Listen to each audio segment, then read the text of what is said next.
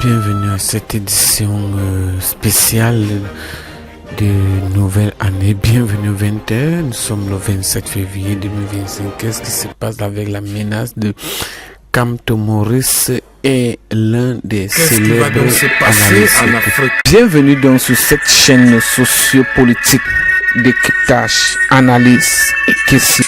Bienvenue chers abonnés, nous sommes là pour l'agenda des infos. Bienvenue sur cette chaîne de l'un des créateurs de contenu d'Anémie. Chaque jour qu'on dort, qu'on se réveille, il y a donc de nouveaux dossiers. Nous sommes avec vous, madame et monsieur. Rebonsoir à tous et bienvenue pour cette émission. Madame et monsieur, nous commençons ce dimanche. Il s'appelle donc Roland Dieu Vaux. Il a donc menacé et vexé sur les CAM à 8 mois des élections présidentielles de 2025. Qu'est-ce qui se passe avec Biya, qui est donc l'homme que les Camerounais veulent donc dégager au palais? Mes amis, c'est très chaud et c'est sérieux. Cette chaîne est une chaîne donc sociopolitique. Nous faisons seulement que dans la politique pure. Bienvenue sur cette édition. Ils sont donc au studio. Nous écoutons ce qui se va donc. Concluez comme d'autres personnes, finalement, que les CAM semblent jouer le jeu du parti au pouvoir. Pas semble, c'est un fait. Comment expliquez-vous que pour une raison farfelue, on ait pu déclarer que 120 000 personnes vont être retranchées du fichier électoral pour absence d'empreinte digitale? Comme si c'est ces 120 000 personnes qui fabriquaient elles-mêmes les empreintes digitales qui sont censées être collectées par des kits électroniques d'Elecam. Et puis on vous dit qu'ils vont être réintégrés et on ne vous donne pas le moyen de savoir si effectivement ils le sont. Parce que là, encore une fois, la publication de la liste nationale aurait permis de vérifier que ces personnes-là ont été bel et bien inscrites sur le fichier électoral national. Et je vais plus loin. Oui. Les outils de fraude électorale, c'est souvent les doublons ou les électeurs fictifs.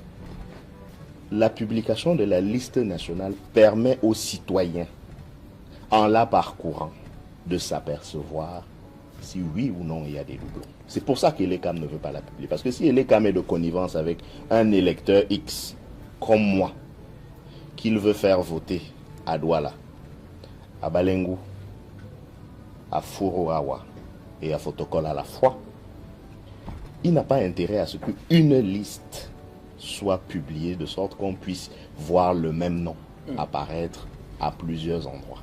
C'est pour ça que Elecam s'obstine, entre autres raisons bien entendu, s'obstine à ne pas publier la liste nationale électorale en violation éhontée de l'article 80 du Code électoral. Les élections effectivement qui vont se tenir notamment pour la présidentielle à partir d'octobre, qui vont certainement être âprement discutées. Est-ce que vous aussi êtes favorable à une fusion des forces de l'opposition pour combattre le RDPC, ou alors vous estimez qu'on peut bien gagner une élection sans ce rassemblement complet? Ce que j'observe, c'est qu'il y a déjà une fusion des partis de l'opposition. Ceux qui n'ont pas compris le sens de l'histoire font comme s'ils sont de l'opposition et font comme s'il y a autre chose à faire que de se mettre en ordre de bataille derrière les meilleures chances de succès qu'on puisse avoir. Oui. De quelle fusion parlez-vous? L'Alliance politique pour le changement est une coalition qui a choisi son candidat. Je ne sais pas si c'est un péché. Mais vous faites fi de l'ATP et des autres? C'est qui le candidat de l'ATP?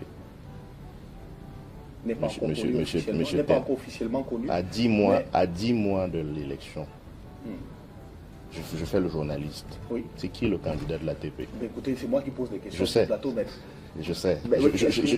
J'utilise la méthode de l'absurde pour vous dire qu'il y a quelques mois, on nous a emmenés dans une fausse piste, justement, prétendant que ceux qui feraient différemment que l'ATP seraient en train d'induire les Camerounais en erreur. Supposez un seul instant que certains les avaient écoutés. Où en serions-nous au jour d'aujourd'hui? On serait au jour d'aujourd'hui en train de chercher à savoir c'est quoi l'ATP en fait. Parce qu'il me souvient que désormais il y a comme deux tendances et aucune des tendances n'a encore de candidat, à ce que je sache. Et que d'ailleurs certains membres fondateurs de ces regroupements-là ont déjà décidé de faire cavalier seul. Donc, excusez-moi. Ce qui n'est pas le cas à l'APC. À l'APC, les bases ont été fixées dès le départ. Nous pensons que depuis 2018, les Camerounais ont indiqué clairement qui est dans l'opposition celui qui incarne le mieux les chances de changement et de battre le régime en place. Si quelqu'un a un autre critère, qu'il le mette sur la table. Mais pour ceux qui ont choisi de se fusionner, de se fédérer autour du candidat de l'Alliance politique pour le changement, le professeur Maurice Kamto, ils sont partis sur cette donnée objective-là. Il y a quelqu'un qui a, lors de la dernière élection présidentielle, été le principal challenger de M. Biya et du RDPC. Il y a des raisons fondées de penser qu'il est le candidat qui incarne le mieux cette rupture. On se met derrière lui, on fédère les énergies et on va à la bataille. Ceux qui veulent... Que faites-vous donc des autres qui sont à l'APC, poser qui sont à l'ATP, poser leur... peut-être demain pourraient manifester l'envie de rejoindre l'APC? Je ne suis pas la personnalité la plus... Je suis pas la personne la plus autorisée à le dire, mais je pense que le professeur Kamto est un rassembleur. Si demain, ces leaders politiques souhaitent apporter leur part de contribution au changement dans l'APC, je pense que les portes leur seront largement ouvertes. Mais posez-leur la question, qu'est-ce qu'eux ils pensent de l'APC? Nous le ferons, parce que nous avons démarré une tournée d'entretien avec des acteurs politiques, on y arrivera. Alors on vous a vu en 2020, Maître Orlando, pratiquement manifester votre envie de candidater pour une élection à la députation au Cameroun. Est-ce que cela vous tente pour 2025? Ce que je dois préciser, c'est que moi je ne suis pas entré en politique pour une gloriole personnelle. Il faut se méfier des gens qui n'ont pas d'ambition. C'est d'ailleurs le professeur Kamto qui le rappelle souvent, très très fort opportunément. Il faut se méfier de ceux qui n'ont pas d'ambition. Mais il faut aussi savoir qu'avoir de l'ambition ne veut pas nécessairement dire être élu ou porter une écharpe. Moi, je suis un jeune Camerounais d'une génération qui considère qu'il a une chance inouïe d'avoir un leader d'expérience qui est capable d'incarner un changement qui va permettre de remettre le Cameroun sur les rails de son développement et le confier aux générations futures, générations dont je pense modestement faire partie.